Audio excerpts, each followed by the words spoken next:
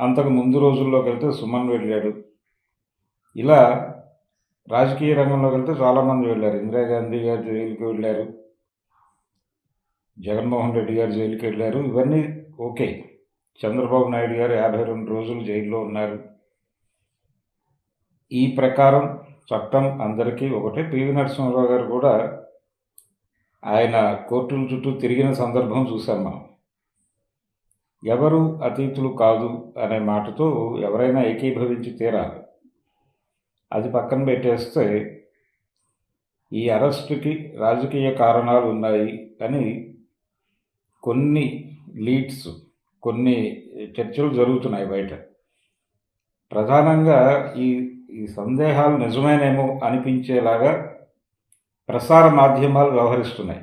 ఆంధ్రజ్యోతి కథనం ప్రకారం, జ్యోతి కావచ్చు, తెలుగుదేశం అనుకూల మీడియాలో ప్రధానంగా అల్లు అర్జున్ వైఎస్ఆర్సీపీకి గత ఎన్నికల్లో ప్రచారం చేశాడు అనే వాక్యం లేకుండా ఏ కథనాన్ని వాళ్ళు ప్రచురించడం లేదు. ఇక్కడ దృష్టిలో పెట్టుకోవాల్సిన విషయం ఏంటంటే, అల్లు అర్జున్ వైఎస్ఆర్సీపీకి ప్రచారం చేయలేదు. అది పూర్తి అవాస్తవం. ఏబిఎన్ నుంచి సర్క్యులేట్ అవుతున్నటువంటి, యూట్యూబ్లో సర్క్యులేట్ అవుతున్నటువంటి చాలా వీడియోస్లో అల్లు అర్జున్ గత ఎన్నికల్లో వైఎస్ఆర్సీపీకి ప్రచారం చేశారు అనేటువంటి మాట దొరుకుతోంది. అది పూర్తి అవాస్తవం. ఆయన తన స్నేహితుడైనటువంటి శిల్పా రవి కోసం మాత్రమే ప్రచారం చేశారు. ఆయన కోసం మాత్రమే ప్రచారం చేస్తున్నాను అని చెప్పాడు ఆ రోజు. ఆయన ప్రచారం కూడా కాదు, ఒక బయట ఇచ్చాడంతే. అక్కడికి వెళ్ళి మాట్లాడాడు. ఆయనకి నేను గతంలో ప్రామిస్ చేసి ఉన్నాను, అందుకని వచ్చి మాట్లాడుతున్నాను, అతను మంచివాడు, అతనికి ఓటేయింది అని చెప్పాడు. అంతవరకే. ఆ బైట్లో ఎక్కడా కూడా, ఆ ప్రసంగంలో ఎక్కడా కూడా అతను వైఎస్ఆర్సీపీ ప్రస్తావన కానీ, లేకపోతే కూటమి నాయకుల ప్రస్తావన కానీ తీసుకురాలేదు. చంద్రబాబు గారి ప్రస్తావన కానీ, లేకపోతే పవన్ కళ్యాణ్ గారి ప్రస్తావన కానీ, నరేంద్ర మోడీ గారి ప్రస్తావన కానీ తీసుకురాలేదు. అలాగే జగన్మోహన్ రెడ్డి పాలన అద్భుతంగా ఉంది అనే మాట కూడా ఆయన ఎక్కడా చెప్పలేదు. సో ఆయన అక్కడ తప్ప ఇంకెక్కడా వైఎస్ఆర్సీపీకి ఓటేయమని చెప్పలేదు. కావున ఆయన వైఎస్ఆర్సీపీ తరఫున ప్రచారం చేశారు అని బ్రాడ్గా చెప్పటం అనేది అనేక సందేహాలకి దారితీస్తుంది. అంటే ఈ అరెస్టు వెనకాల వీళ్ళ హస్తం ఏమైనా ఉందా అనే అనుమానం వచ్చేలాగా సన్నివేశం తయారు చేస్తున్నారు. అది అలాంటి మాటలు దొరలకుండా చూసుకోవటం మంచిది. రెండోది, చిరంజీవి గారు ఇంటికి వెళ్ళి పరామర్శించాడు.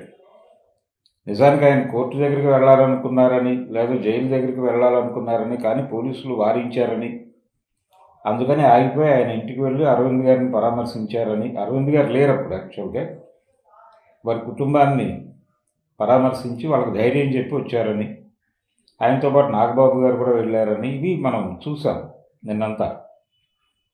అయితే అక్కడ మెగా అంటే ఈ ఫ్యామిలీ ఆ ఫ్యామిలీ ప్రత్యేకమైన గుర్తింపుల కోసం ప్రయత్నం చేస్తున్నమాట వాస్తవం. ఎవరి వ్యాపారాలు వారివి, ఎవరి వ్యవహారాలు వారివి, ఎవరి సినిమాలు వారివి.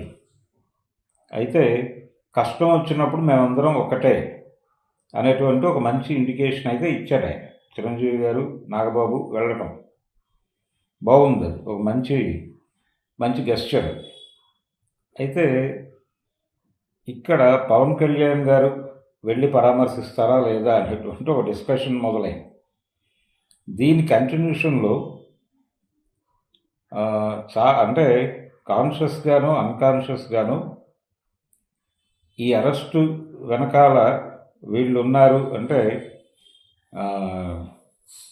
కూటమి నాయకత్వంకి తెలియకుండా ఈ అరెస్టు జరిగే అవకాశం లేదు.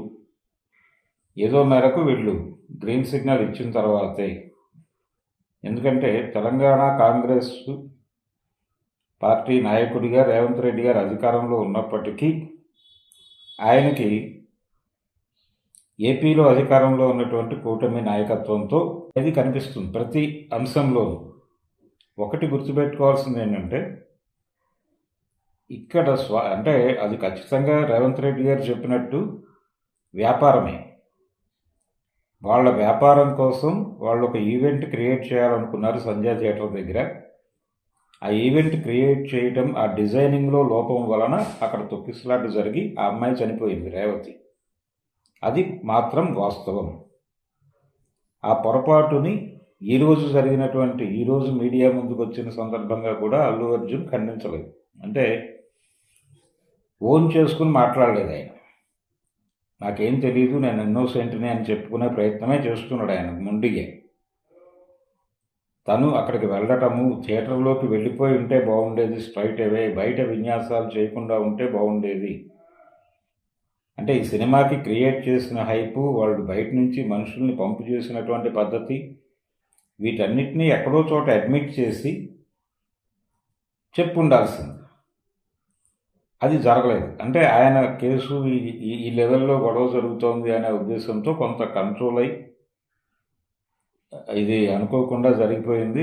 అంటే ఫర్దర్గా ఇలాంటివి జరగకుండా చర్యలు తీసుకుంటారు. అలాగే నిజానికి ఈ అరెస్టు వలన ఒక మంచిది జరిగింది. రాజకీయ గందరగోళం జరుగుతోంది అనేది ఎంత వాస్తవమో ఇండస్ట్రీకి అయితే ఒక కాషన్ ఇచ్చారు వీళ్ళు. ఫర్దర్గా ఇలాంటి సందర్భాలు ఏవైనా మీరు చేయదలుచుకుంటే అక్కడ ప్రజలు ఇబ్బంది పడకుండా, ఆడియన్స్ ఇబ్బంది పడకుండా డిజైన్ చేసుకోండి. ఇంకొక మరణం సంభవించకుండా డిజైన్ చేసుకోండి. అంటే సినిమా హాళ్ళ దగ్గర మరణాలు కొత్త ఏం కాదు మనకి. బుకింగుల్లో ఒత్తిడికి గురై చనిపోవడం అనేది ఎప్పటి నుంచో జరుగుతోంది. కానీ ఆ గొడవ వేరు.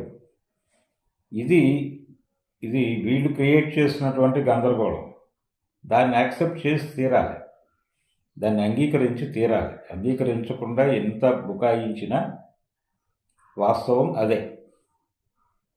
కాబట్టి మేము ముందే పోలీసులకు ఇంటిమేట్ చేశాము, పోలీసులు స్పందించలేదు అన్నప్పుడు మీకు అర్థమవుతుంది కదా. అక్కడ సీన్ చూస్తే పోలీసులు లేరు, ప్రొటెక్షన్ లేదు. అలాంటప్పుడు మీరు వెంటనే వ్యూహం మార్చేసుకుని థియేటర్ లోపలికి వెళ్ళి ప్రజలతో మాట్లాడాలి. మీ వివేకం ఏమైంది? మీరు కదా సినిమా, మీది కదా సినిమా, మీరు కదా వివేకంగా ఆలోచించవలసింది. మేం కాగితం పడేశాము, పోలీసులు రాలేదు, అది పోలీసులు తప్పు, మాదేం సంబంధం అంటే ఎట్లా? మీరు ఆ తర్వాత రోజు ప్రభుత్వాన్ని ప్రశ్నించి ఉండాల్సింది.